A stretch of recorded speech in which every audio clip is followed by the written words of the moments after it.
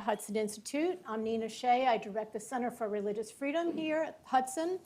And we have an exciting program on religion in the crosshairs of Russia and Ukraine. And it's a very timely one because there is a new law of Ukraine that's going to go into force next week. So this discussion today is to shed some light on how to think about the role of religion in this horrific war. Russia invaded Ukraine's sovereign territory in an unprovoked violent aggression 2.5 years ago and has carried out unspeakable barbarities against Ukrainian civilians and military alike. Religion has been part of Russia's justification for this invasion since the beginning. President Putin said that annexation was needed for, among other things, to save Ukraine from Satanization, which he defined as abandonment of the faith and traditional values. The Moscow Patriarchate, Patriarch of the Russian Orthodox Church, has been Putin's partner in this propaganda effort. He declared the aggression as a holy war, he blessed the arms, and he even told Russian troops that if they died in battle in this war, their sins would be forgiven. In other words, they would become saints. Neither President Putin or Moscow Patriarch Kirill believes that Ukraine has a right to exist, and both stand to gain power and territory if Russia succeeds in this war. And we have a superb panel of experts with us today who will shed light on Russia's brutal persecution against religious targets in the territory it occupies. But before we get to that, our first panel will guide us in how to think about a controversial new law, 3896, passed by Ukraine's parliament, the Rada, and signed by President Zelensky. It responds to the Russian Orthodox Church influence in this war, especially on the ideological or propaganda battle. Some clergy of the Ukrainian Orthodox Church have been, that is the Moscow Patriarchate affiliated one, have been accused of supporting the Russian armed forces by trafficking weapons, aiding in attacks on civilian targets, and of course disseminating propaganda and other actions. And this discussion is especially timely because the new law goes into effect on September 23rd. So the topic of our first panel is the new law and whether it's a legitimate response to the weaponization of religion by an enemy nation as Ukraine faces an existential threat in this war, or does it constitute a violation of religious freedom? And I'd like to introduce our first group of speakers, and they are Oleksandr, welcome, Aliksiichuk, sorry about that, who is a member of the Ukrainian parliament and a drafter of this law. And Dr. Maksym Vasin, who is the executive director for the Institute for Religious Freedom in Ukraine. And then Laura Homer, who is on my left, who is an old friend and is president of the Law and Liberty Trust and an expert lawyer in international religious freedom. So, Oleksandr, I'd like to start with you. The metropolitan head of the Ukrainian Orthodox Church has stated that his church has disaffiliated with the Moscow Patriarchate. So what more does this law aim to gain? Good afternoon, ladies and gentlemen. First of all, I want to thank the entire American people for their full support of the people of Ukraine in the fight against the Russian aggressor. It's very important and valuable for us We will always remember this and be grateful to you. I would like to thank you for the opportunity today to explain the essence and content of the law of the protection of national security due to the impossibility of the activities of certain organizations that are managed from the country of the aggressor. With your permission, I will continue in Ukrainian to better interpret the provisions of the law. Thank you. Я хотів би сказати і наголосити на ключовій речі, що ми сьогодні маємо говорити не про заборону релігії в Україні, бо такої не існує. First of all, I would like to make sure that I would like to reiterate that we are not talking about banning any religion in Ukraine. That does not exist. Ми будемо говорити про заборону інституції Російської Федерації у вигляді Російської церкви. We are talking about institutionalized entities like the Russian Church in Ukraine. І ключове, що ніщо не може трактуватися як заборона віросповідань чи обмеження релігійних переконань в Україні. A key thing that we are not banning any religious convictions of individuals in Ukraine. Бо такого просто не існує, і сьогодні в Україні можуть вести діяльність абсолютно всі конфесії, які є в світі і присутні в Україні. We do not do those things in Ukraine. Any given confession, any given denomination that is there somewhere in the world, they can work, they can be there in Ukraine. І це ключове, що я хотів би сьогодні донести до американського народу і до поважних людей, які зібралися на сьогоднішній нашій панельній дискусії. That is a key thing that I would like to communicate to this distinguished audience that gathered here today. And this is a key thing that I would like to communicate to Americans. В свою чергу, я готовий відповісти на всі запитання, які турбують поважних експертів і цікавлять сьогодні американських громадян щодо законопроекту, згаданого на початку нашої зустрічі. And if any given American or any expert is to have any question about this bill that is now law, I would be over there happy to answer any of the questions. You're welcome. So why is this law required if they're already disaffiliated? They have said that the UOC, the Ukrainian Orthodox Church Patriarchate, has said that they are disaffiliated. Why is a law needed?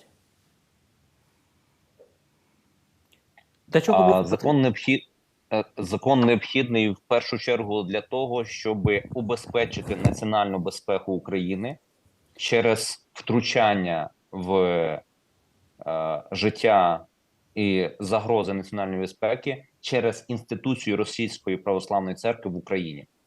There was a threat caused to the national security because of the presence of the institutionalized entity that belonged to the Russian Orthodox Church.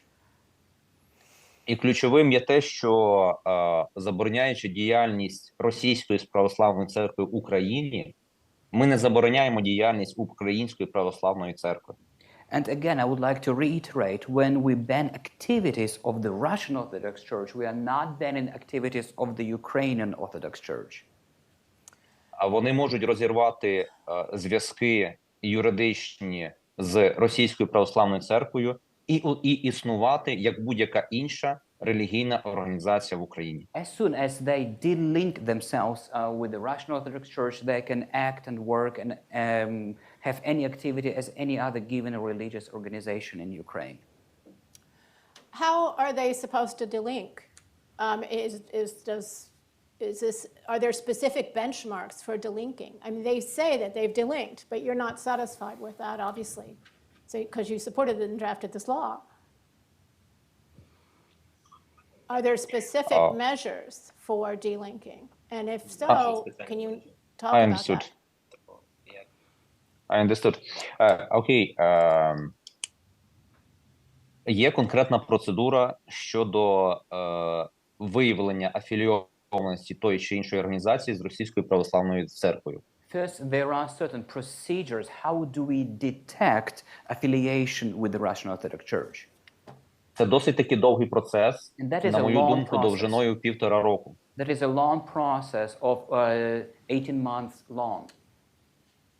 А на сьогоднішній день в нормах закону передбачено 9 місяців для того, щоб організації, які мають споріднені зв'язки або мають пряме підпорядкування Російській православній церкві, юридично позбулися цього підпорядкування. І тоді вони не потрапляють під заборону діяльності в Україні. Also, I would like to reiterate that there is this 9-month transition period within which all the religious organizations can delink themselves. And there are some organizations that are either subordinate or still affiliated to entities in Moscow. Навіть якщо наявність такої приналежності до Російської православної церкви виявлена, дається попередження that affiliation, we will give a warning.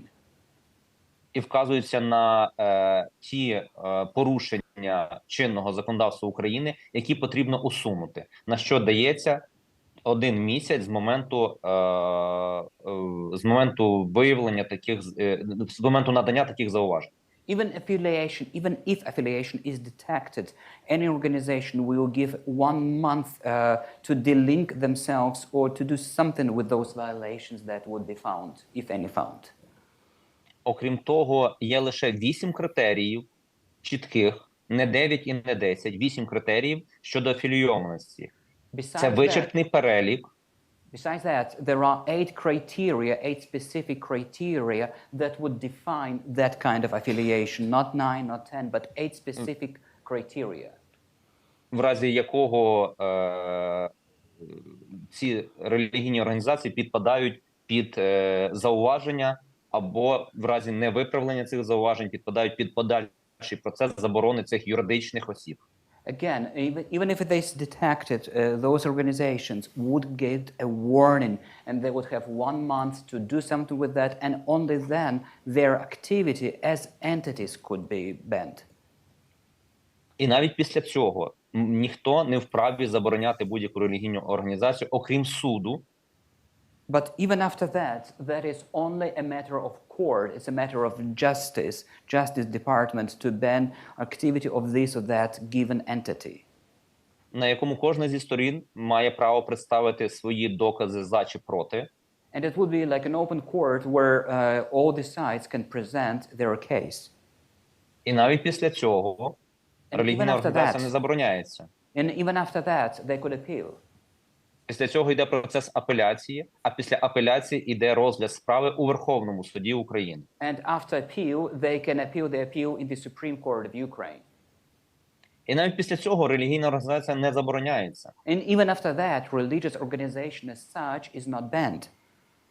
Люди, які ходили в той чи інший храм, який належить цій релігійній організації, продовжують молитися Богу, продовжують службу в храмі, продовжують свою діяльність. Єдине, що вони будуть позбавлені юридичної реєстрації Мін'юстом України. People that used to come to this or that temple, they can still keep praying, they can still keep their church services, and they can do their activity, but their registration with the government would be waived. Це зайвий раз підкреслює те, що у нас немає переслідування за релігійними ознаками, а лише... That should prove one more time that we do not have persecution based on religious signs. А лише намагання нашої держави позбутися будь-яких зв'язків, в тому числі релігійних, з агресором і в даному випадку з Російською православною церквою. Well, those are just the proofs one more time that we do not persecute any religious organizations, but we just want to delink ourselves with the aggressor country, which is in this part, that would be Russian Federation. So this will be sorted out in the courts, determined by the courts, and there is an appeal process, is what you're saying, for these ones that are thought to be continuing their affiliation with the Moscow Patriarchate. What are the penalties under this law if they are found to be affiliated with the Moscow? Can you describe some of the penalties? I understand this is not a criminal law, so no one's going to go to prison for it under this law, but what are some of the penalties? Дякую за запитання. Thank you for your question. Жодної кримінальної відповідальності немає. That would not be criminal charge as such. Ми говоримо, і жодних санкцій після визнання афілійованості теж немає. And no sanctions as such, even if we detect that affiliation. Центральний орган виконавчої влади в особі Державної служби з етнополітики та свободи совісті дає припис щодо усунення порушень закону, які напряму вказують про афілійованість. На це дається A governmental service, special governmental service on ethnopolicy, will bring them an official letter with some violations that have been found, and they would get a period of time 1 місяць для усунення цих порушень. Of 1 month to correct things. І після цього організація реєструє свою нову юридичну адресу і продовжує свою діяльність, жодних проблем. And after that, entity will have to re-register itself legally and continue their activity. And if they don't? And if they fail to do that, what happens? І якщо вони цього не зроблять, Міністерство юстиції України ліквідовує юридичну особу і жодним чином не зазіхає на майно цієї юридичної особи. Вони продовжують працювати в духовному полі без якихось переслідувань чи утисків зі сторони держави. Наше основне завдання – розірвати усі зв'язки з Російською Федерацією, яка нищить сьогодні нашу державу, нищить наш народ, гвалтує наших жінок і робить все для того, щоб українська нація була просто стерта з лиця землі. Even if they do not, justice will waive their registration, but no one is seizing their property, no one would forbid them their religious activity. All we want to do is for any religious organization is to delink themselves with Russia that is raping our women, that is trying to diminish all the Ukrainian, that is trying to destroy all of us. Якщо ми говоримо про заборону діяльності в Україні, ми говоримо, і закон, стаття 3 закону чітко визначає, що це мова йде про Російську православну церкву. Тому Українській православній церкві, яка, як вона стверджує, не має жодних зв'язків з Російською православною церквою, немає за що переживати. Їхні організації не будуть підпадати навіть під ліквідацію юридичних адрес. Юридичних осіб, перепрошую. Again, we are talking about Article 3 of this law that specifically connotates Russian Church. And if the Ukrainian Orthodox Church is Ukrainian Orthodox Church, as they claim, they are not even subject of potential losing of their registration with the justice. Проте, якщо такий зв'язок існує, тоді їм варто його розірвати. Зробити збори ієрархів Української православної церкви, прийняти рішення синоду і внести зміни в статути юридичної організації, яка іменує себе Українською православною церквою. На цьому весь процес закінчений, і ми маємо в Україні безліч юридичних осіб, безліч храмів, де моляться люди, неважливо на якій мові, неважливо в який час і неважливо якому Богу вони моляться. Це їхнє право. But again, if that affiliation does exist, all they have to do is to gather their council, which they call synod, delink themselves, make changes into their bylaws, and then we as a country do not even care what language they pray, what God they pray, when they come for prayer. That would not be any matter. Okay, thank you. If you can stay with us for a little while, there may be some questions later, but I'd like to turn to Maksym now. You're an expert on religious freedom. You direct the Institute for Religious Freedom.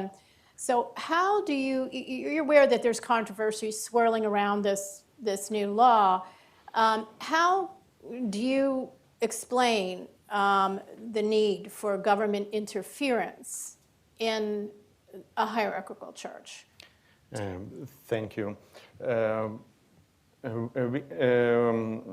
It is well known that religious freedom includes the freedom to from the state interferes to the formation of the internal structure of any church or appointment any leadership. But when we speak about state interference, this law is intended to liberate the Ukrainian churches and religious organizations from the Russia's state interference. Because now we have examples when the Ukrainian Orthodox Church affiliated with the Moscow Patriarchate is not free to formate their structure, its structure, and to appoint their bishop. For example, Metropolitan Lazar Shvets of Crimea, he was appointed in Kiev in 1992. But in 2023, he was dismissed in Moscow by the Russian Orthodox Church Synod. And another examples, during last 3 years after the full-scale Russian invasion, the Russian Orthodox Church annexed several dioceses of the Ukrainian Orthodox Church, for example, in Luhansk, Donetsk, Kherson, Zaporizhia, Berdyansk. And now it is a clear example how Russia interferes in the internal church affairs of the Ukrainian Orthodox Church through the Russian Orthodox Church, which completely depend on the Kremlin.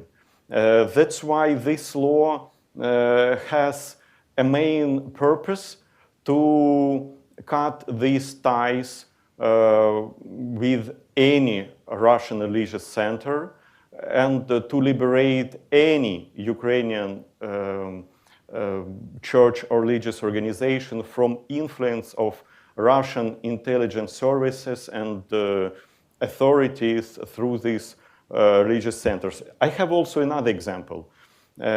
Ukrainian Seventh-day Adventist Church had a subordination to the regional religious center in Moscow. But after the full-scale Russian invasion, they, by their own initiative, cut these ties and subordinate directly to the Seventh-day Adventist Church headquarters in the United States. And also we have several another Orthodox denomination like Old Faith Orthodox Church, which also has cut ties to the Russian religious center, re-registered with another title and with subordination, without subordination to the Russian religious center. And it is a main goal to not to ban any church in Ukraine, but to to give this opportunity to operate freely without Russians state interferes.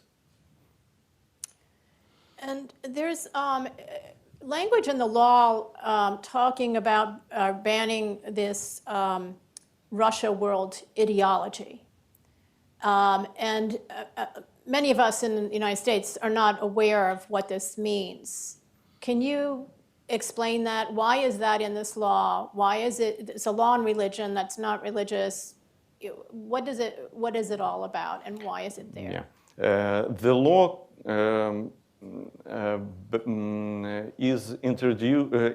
introduces the ban of the Russian world ideology because it is a geopolitical, quasi-religious ideology based on chauvinistic ideas of supremacy of the Russian nation, and this ideology declaring existence of the Ukraine as a nation, Ukrainian as ethnicity, and Ukrainian state as a sovereign state. And this ideology also expands the influence of the Russian Orthodox Church much further than the borders of the Russian Federation. They believe that the canonical territory of the Russian Orthodox Church is everywhere when people speak Russian languages. And also they believe that Russia as a state can influence on any other country where people speak Russian language. That's why it is a direct and clear threat to any other nations where people have some links to the Russian Orthodox Church or some links to the Soviet Union times when Russia had this influence on other Soviet republics.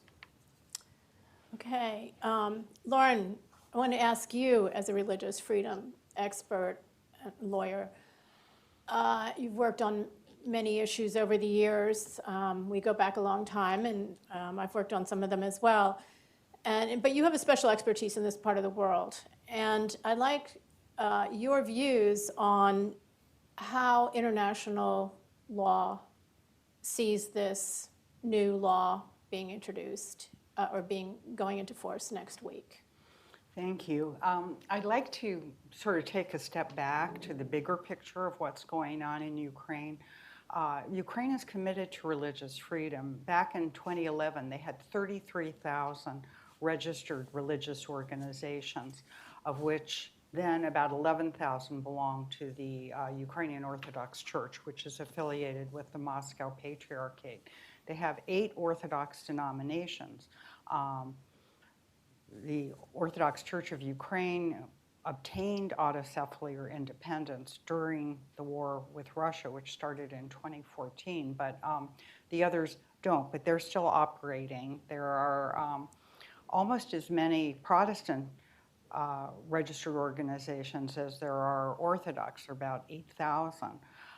There are 4 Muslim organizations, there are 3 Jewish organizations, there are a variety of smaller religious groups, nativist religions, pagan. They allow everybody to register, so they don't try to control religious expression or belief. In this particular case, they're aiming at the Russian Orthodox Church, which has effectively declared war on Ukraine, and its subsidiary, the Ukrainian Orthodox Church, which has failed to completely disaffiliate. Affiliation is the term. And I used to set up organizations in both Russia and Ukraine that were affiliates of US organizations. And it involves having in their overall organizational articles, which they usually call charters, references to the foreign organization, an agreement that that organization will make decisions about big issues like changing the charter within the affiliated organization. And unfortunately, the Ukrainian Orthodox Church, even though it dramatically changed its charter in 2022, it didn't take out its reference to the Russian Orthodox Church as being sort of the grantor of its existence. And it had a meeting that did conform with its earlier 1990 charter.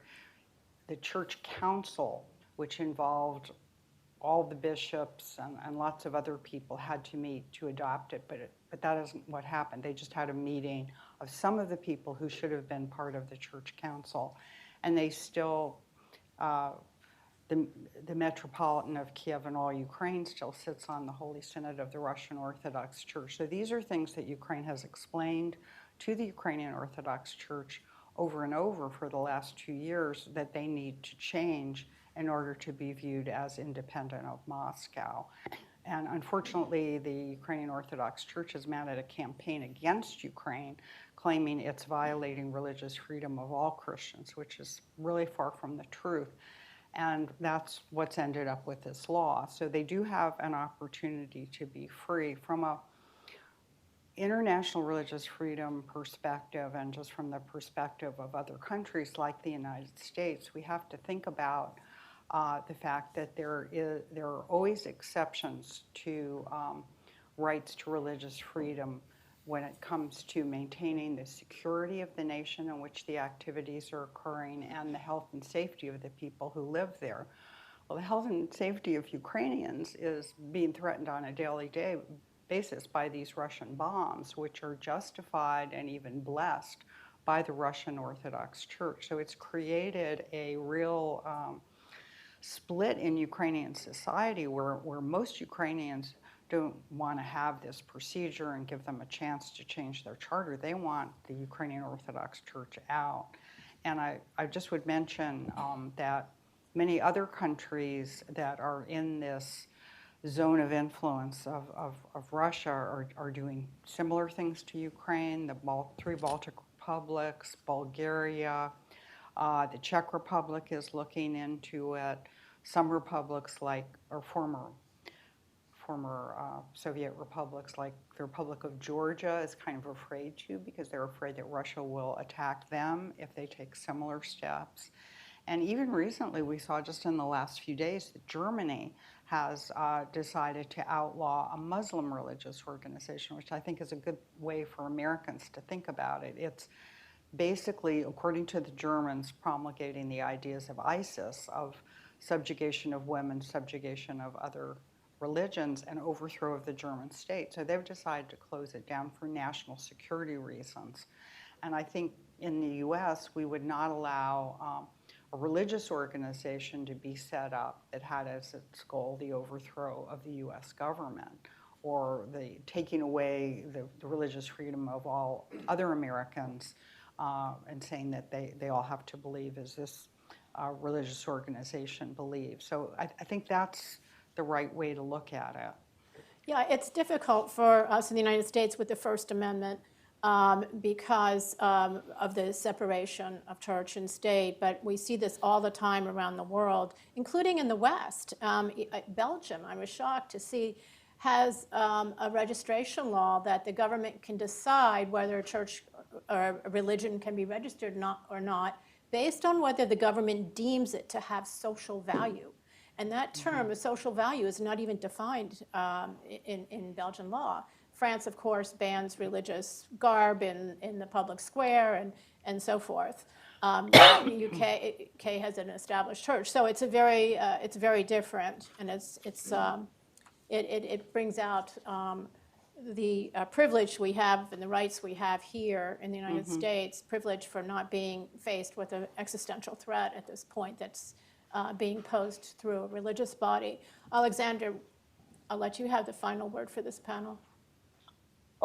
Так, дякую. Я би хотів сказати кілька слів про розподіл суспільства, якого насправді немає, бо останні опитування, які проводилися в Україні, показують 82% підтримки заборони діяльності Російської православної церкви в Україні, 61% повна підтримка і 21% швидше за все ми підтримуємо цю заборону. I would like to talk a few words, and thank you, by the way, for giving me this last word, but I would like to mention that division in the Ukrainian society, or rather alleged division in the Ukrainian society, the latest polls demonstrate that 82% support that ban of activity if such links are proven, out of which 62% or 61% rather, they support a full ban of that activity if it's proven. І чому держава зайнялася цим питанням? Тому що ФСБ використовує Українську православну церкву як мережу свою. This Orthodox Church as their network of assets. Сьогодні ми маємо близько 80 справ про колабораціонізм в структурі Української православної церкви. There are 80 cases on the collaborationism. Ми маємо 11 вироків суду проти вищих ієрархів цієї церкви. And there are 11 rulings of the Ukrainian court against their top hierarchs. Вироків за колабораціонізм. And those rulings are on collaborationism. І що саме страшне, And what is the відбулося most 5 terrifying? обмінів за запитом російської сторони, When де we have ієрархи exchanges of the captivities, there were 5 exchanges where the Russian side initiated. де 5 ієрархів Української православної церкви Московського патріархату були обмінені на українських захисників, які потрапили у полон. Russia initiated exchange of those top church leaders to give us back the Ukrainian soldiers. Запити саме на цих кліриків Української православної церкви надійшли з Росії. Russia initiated a demand specifically on those top 5 hierarchs. Натомість нещодавно Україну сколихнула така новина, коли син головного рабина України Моше Раувен Османа загинув на війні, захищаючи цілісність і суверенітет України. Just to compare that with this son of the chief rabbi of Ukraine, whose son, Moshe Aman, his son died in Ukraine, protecting Ukraine. Compare that to this. Well, this is a good segue to our next panel because we're going to be talking about persecution in this panel, in the second panel. And Maksym, maybe you could stay with us. I just want to add final words that... Can I ask you to hold it till the next panel comes up and you can stay there? Yep, okay. And Okay. Thank you very much. Thank you. The second panel.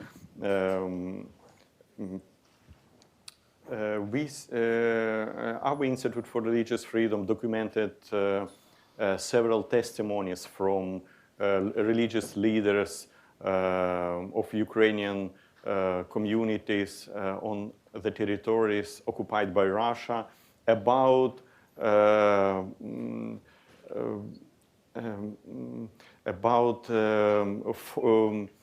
this demand from the Russian occupational authorities to subordinate directly to the Russian religious centers. And for Russia, it is very important to maintain influence on the Ukrainian society through the Russian religious centers, because all Russian religious centers demand on the Russian intelligence service and Russian authorities. And if Ukrainian churches deny to subordinate directly to the Russian religious centers on the occupied territories controlled by Russian army, such pastors, such Ukrainian pastors, priests, are subjected to be arbitrarily arrested, in prison, tortured, and even killed because of this denial to submit to the Russian religious centers. And in my opinion, the most effective way to restore religious freedom in the Ukrainian territories occupied by Russia, it is to increase the military support to Ukraine from the United States and other allies, because the only one effective force to seize Russian religious persecution is the Ukrainian defense forces. When these territories are liberated from Russian presence, the religious freedom immediately restores there. Thank you. Okay, thank you. So, Dmitry, you're the pastor of the World of Life Church. Is that in occupied Ukraine now? Is that area occupied? And you've had a personal encounter with persecution. Can you tell us about what you have seen and experienced in your church?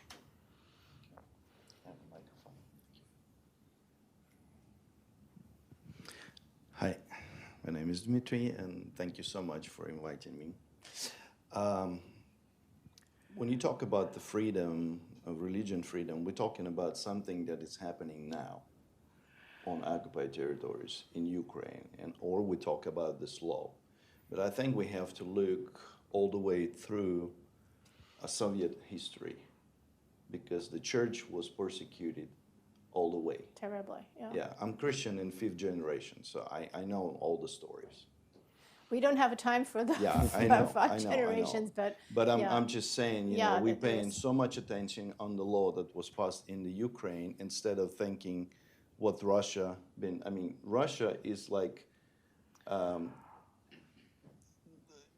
what we have in Russia now. It's a heritage from the Soviet Union. Pretty much nothing changed. Mm-hmm. Like they say one thing, but they do totally opposite. So when they came and occupied Ukrainian territory, I stayed there. I'm a U.S. citizen. First time I flee from Soviet Union back in '88 as a religious refugee. Came to the United States. That was my first time, first exodus. The second time I was pastoring a church in Crimea in Simferopol. In 2014, Russia came in, kicked me out. The third time, 2022, they came to Melitopol, where I'm pastoring. The same thing, again and again and again. What did they object to? Well, the reason they hunting churches down, especially evangelical churches, because we think differently. Especially in Ukraine, we pretty much have freedom to do pretty much what we can, in the churches and everything. We got used to a freedom. So when they came, everything changed. The situation that we have now, they came to my place, Melitopol, and we had the whole fellowship of churches, 26 churches in the southeast of Ukraine. They all gone. Some of them still exist on occupied territories. They meet in their houses. Like in our city, they came and they took all the church buildings. I mean, if you have a freedom in your nation, why you come and take the church buildings? You didn't build them. They not belong to you. In our church building, it's a good building, nice facility. Now we have police department, Russian police department in our church building. There's another church, their cultural department in another church. Their sports department in the third church. When they confiscate it, what did they say? What Nothing. They just come and confiscate everything. It says it's now is ours. We cannot even take anything out from the church.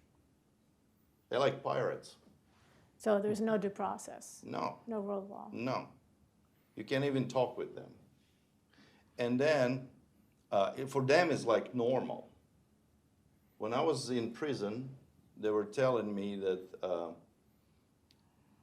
the way you think, it's not proper. Like, you're too free. You have to be under some kind of a control. They had another image of religion. They have totally different mentality set. Why were you in prison? Well, good question. Because I want to be in prison. No. No, I stayed in the city, in the church, because we had over 500 people in our congregation. And of course, people need help, because the first week especially, it was like an Armageddon. It was crazy. So we were staying there, helping people, feeding people, because not everybody wanted to go outside on the streets. And you have to help a lot of people, even the people that was leaving from this chaos on Ukrainian territory. It was a big challenge. And it was quite costly, up to $200 to take you through the war zone into Ukrainian territory. So when they arrested me, they did their homework. They knew who I am and what I was doing. and all this. And they accuse me that I'm working for CIA. They want to know the channels, how I give them informations and all this. And They accuse the Knights of Columbus of being spies for Washington. yeah, but it's normal for Russia. Yeah. You know, if you're a foreigner, you're a spy. There's no other explanation.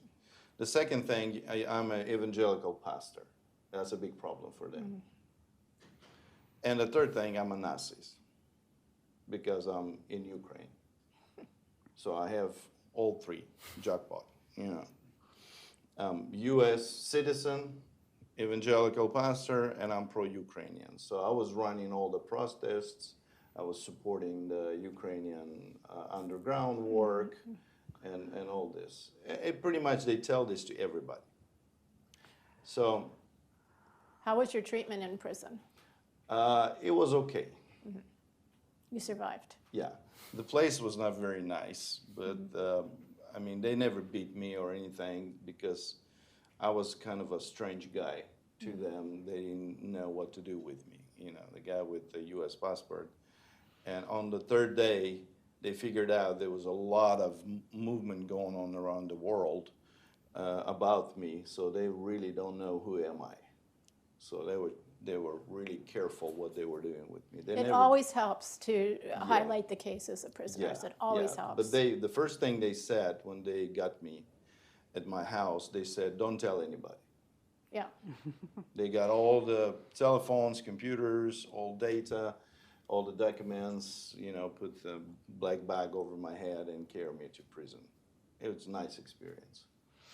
In the free country, when you come up and say pretty much anything you want, it's horrible experience. And it's not only about the churches, it's about civilians. Like when we left from that place, we leave our house with all of our belongings to the people, and we put the family in this house so they can have like church meetings and leadership meetings, because we still had over 130 people left up there. And they need to meet somewhere. Just 4 months ago, Russian military came during the leadership meeting, put everybody face down, searched the house. They gave 2 days to leave the house.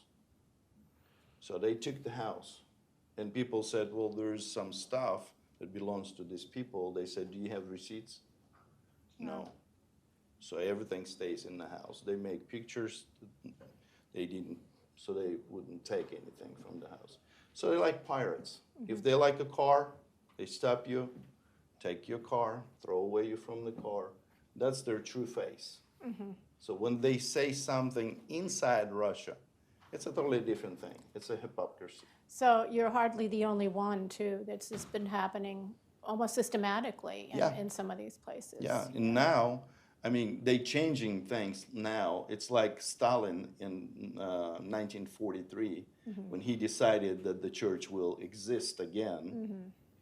And same thing with Putin now. He gathers the Kirill, he gathers all the evangelical leaders, and they make like, we're sitting here drinking tea, everything fine. We have good relationship and all this, so don't worry about evangelicals on occupied territory, everything's fine. They But saw it's how not. it hurt them in the West Yeah. and here in particular. They're responding, they're showing the picture that everything's good, but it's not. When did that switch happen? When did you observe that? Just recently, Just a few recently. months ago, because it was been, you know, That's a fascinating. lot of talking about all this, and they trying to pretend, and even on occupied territories, because I'm staying in touch with all the guys up there all the time, and they say, okay, now you can register and you can have your church services. But what they do, same thing like back in 1961, I think, when on Soviet territory, what they did, if they have one church that agreed to work with them, they bring all other congregation under one church. Like Baptist, Pentecostal, Seventh-day Adventist, all kinds of guys in one building. You want to have church? You can have church. We're good to you. Same thing they do now in our city. They never gave buildings back. They allowed to fix like a warehouse area. Church did it with their own money, and all the churches gathers in one place. Yeah. Same kind of thing. They choose one person, they will communicate, and they control everything. If you say something that is not in the protocol, the military guys will come and shut down the service. While you're here in Washington, I hope you have a chance to talk to the U.S. Commission on International Religious Freedom, because they are chronicling and trying to analyze some of this. And that is, they have already designated or recommended designation of the country of particular concern status under the International Religious Freedom Law to the State Department, which then adopted it, and which means that Russia is one of the world's worst persecutors of religious freedom. I think for Russian evangelical churches, it's coming very dark time. I think it will be a big, huge problems, because when it comes to the evangelicals, your mindset is different. You think free. In Russia are not allowed for people to think free. You have to think like everybody thinks. And Dr. Catherine, we're very much looking forward to your slideshow and telling us what we're looking at. So thank you for joining us. Thank you. Thank you for having me. And thank you all for your patience while I nerd out with some satellite images for just a moment here. Dimitri, such an incredible story. And I have some pictures I want to go over with you. So I'm really excited to have you right in front of the screen here. I'm Catherine Hansen. I'm head of research at the Smithsonian Cultural Rescue Initiative. You might know of Smithsonian as being the nation's attic. We also do some other things to include rescuing culture and doing research. And so I work on research that is really about how to best protect cultural heritage. So working with colleagues, we have an interdisciplinary group. I should make sure that folks don't think that this is just me. The bottom's cut off, so I can't show you this, but I have an interdisciplinary group from the University of Maryland, from the Virginia Natural History Museum's Cultural Heritage Monitoring Lab, and from the University of Pennsylvania's Cultural Heritage Center, and then also, most importantly, our colleagues in Ukraine, the Ukrainian Cultural Heritage Lab, Monitoring Lab there. They're known by HEMO. And we have been monitoring since about February, about February 2022, about 28,000 cultural heritage sites. That isn't all the cultural heritage sites, but as you all likely know, it's a region very rich with cultural heritage. And this might work here. Could you go to the next slide, please? Oh, there we go. Okay. So we've been documenting over time both the potential to damage, so sites where there's been infrared evidence from remote sensing showing likely kinetic activity near a cultural heritage site. And then we've also been monitoring and then confirming those sites with high-resolution satellite imagery analysis. I could go into gory detail with exactly the nerdy aspects of that, but these are our bottom line numbers here. And I really want to emphasize cultural heritage is a lot of things, but I'm talking about it today because obviously religious sites are a crucial component of cultural heritage. Wow. So we do a series of publications. We do a lot of publications that are very academic and go into academic journals. And then we also do a series, which I think is most relevant here, on rapid reports, so in-depth analysis of specific cultural heritage sites. And we publish those on our website here. And then they also go up on the internal long-term archival repository at Smithsonian called Figshare. Could you just go back Sure. or are you going to cite some of these? I'm going to cite some of these. Okay. Oh, I am bouncing around. Sorry. There we go. So I'm going to cite about 6 of these or so, and I'll go through these pretty quick. So the first one that we've published on religious sites is the Odessa Transfiguration Cathedral. And we've got the analysis part. And then if we could go forward to the next slide. We're able to pair the documentation on the ground, which is done in a very systematic fashion by our colleagues at HEMO, going through and doing a specific type of forensic documentation of heritage. And then we pair that with the satellite imagery analysis so we can document from space, and then we can also document from the ground. Obviously, you can't see every type of damage from space. And what we're able to do is get an outside of Ukraine confirmation using the satellite imagery. And then, when you think about this in terms of both research, but then also as potential for evidence down the road. So what happened to this church? Was it bombed? This was, the Odessa Transfiguration Cathedral was bombed. And we had our colleagues there documenting that destruction you see there on the right. It's pretty challenging to see it there on the left with that arrow, but you can see there's some debris field there. And then on the right, and then if I could have the next slide, please. Yeah, this is the rest of the ground photos there. We have a number of them in these reports, just documenting how much damage is taking place. So you digitize and catalog these heritage sites. Right. In a war zone. So we've been monitoring the cultural heritage sites that are in the conflict zone, and so religious sites are part of that. So the conflict zone being not all of Ukraine, but we're looking at all of Ukraine. Yeah. Okay. We've highlighted. We do these rapid reports on sites that are highlighted to us by our colleagues in Ukraine, and so what is considered a key cultural heritage site. Obviously, the main cathedral in Odessa is a key heritage site that's been identified for us. We are always looking for additional suggestions of heritage sites to look at, so I'm happy to be in touch with folks about that afterwards. If you could go to the next slide, please. And then this is a continuation of the cathedral in Odessa. Next slide. And then we have done one, we're just releasing one this week on the yeshiva for boys in Kharkiv. Next slide, please. And this is one that we cannot see damage from space. In fact, you can see that from the ground reports, but next slide. You really can't, sorry, I think we skipped the one with the satellite image. Am I going back? Yeah, there we go. You can't see it. That yellow arrow points to the roof line where the damage should be visible, and it is not visible from space. But then if you go forward, next slide, you'll see the damage there, and then, sorry, I'm trying to make this thing work. There we go. Okay.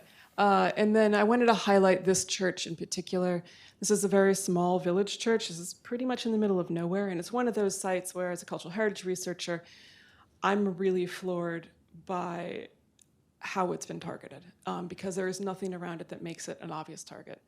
So it indicates that it was a deliberate attack against Yeah, obviously we're just doing research, so I'm just going to show you the images that are taken on the ground and then the satellite imagery. But it's for other folks, like lawyers, to take that information and draw conclusions such as that, well, there's no viable military targets around it. Mm-hmm. So in this case, right, it's this church is in the middle of nowhere. It's a small faith community, and oops, there we go. That's the satellite image, and it's pretty striking. I know it's slightly blurry, but you can see there on the left, that's the before image, and then on the right, you can see there's nothing left after that. And then if you go to the next slide. And do you document that when it was attacked or that it was attacked? So you'll see in the text, which I am glossing over to keep track of time here, we do as much detail as we can with the time at which it was damaged, and then when we have the first evidence that it was damaged. So when we are able to say, here's the first satellite image, here's the first ground documentation. And the ground documentation for this church is pretty striking. By the time this is done, there is only one remaining wall left. And then finally, to the last couple of slides here. These are draft reports. You all are getting a sneak preview. Please don't get me in trouble. And this is the Word of Life Church, as we heard of earlier. And what we have seen in Melitopol with the 3 churches that we've looked at there, and in some of the others in the area, we have upcoming reports on this. And Dmitry, I'd love to talk to you more about what we've seen in these images, because if you look at that white arrow there, I know it's a little hard to see on the right side of the screen, that white arrow is pointing to a large cross outside of the building. And then if we go to the next slide. There we go. And so you can see here that by the 2nd of May, 2023, that cross has been removed. And so the shadow, right, of that cross is really obvious in every single satellite image we have up until that point, and then it's taken away. And when we research this, when we look at sort of the desacralization of spaces and the removal of things that make a cultural heritage site significant, this is something that we've flagged and highlighted in other areas of our research, as parts of what you would call erasure. And so this is a compilation of one we're currently also working on. This is another church in Melitopol. This is the Melitopol Christian Church, where the exact same thing happened with the large cross they had there that was then taken down. And this church, next to it, as Dimitri mentioned, the churches have been used for other things. This one nearby has had a lot of earth-moving activity. This is just next to that church there to the right is a lot of what we think is military movement and police activity. And with my final moment, if you'll indulge me, I want to talk a little bit about what some of the cultural heritage researchers have been documenting who we do work with. Because I think this really speaks to what's going on with the use of religious heritage and sort of that under that broader cultural heritage umbrella. And so 2 colleagues of mine, Roxalana Makar and Anastasia Olecki, they have been working on something called the Wall Evidence Project. And this is documenting the graffiti that Russia has left on sites, especially cultural heritage sites, after they've left an occupied area. And so obviously a lot of these are really important parts of the story. They're really important narrative, and they're what the Russian forces are leaving behind and tagging the heritage in Ukraine with. And so these are just a couple of examples of those here. And then I just want to thank you all for your attention with this. And Catherine, are these, is this available to the public, or how do we? This is, I think you can just on your Google the website? Wall Evidence Project and that should pop up. Wall Evidence Project, and what about the satellites? So our imagery? satellite imagery is all available. All our rapid reports are up on the Smithsonian Cultural Rescue Initiative's website.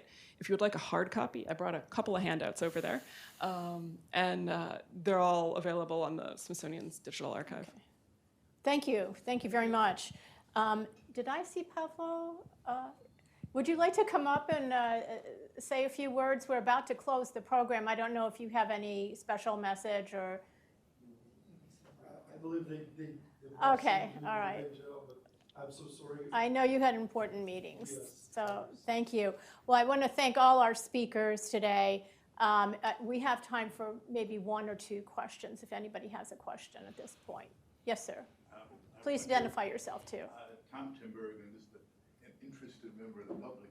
Is a copy of the new law in Ukrainian, ideally in English, available anywhere on the web, or if you get it, or would we have to wait till the Library of Congress makes it available, which it will, but it may take some time?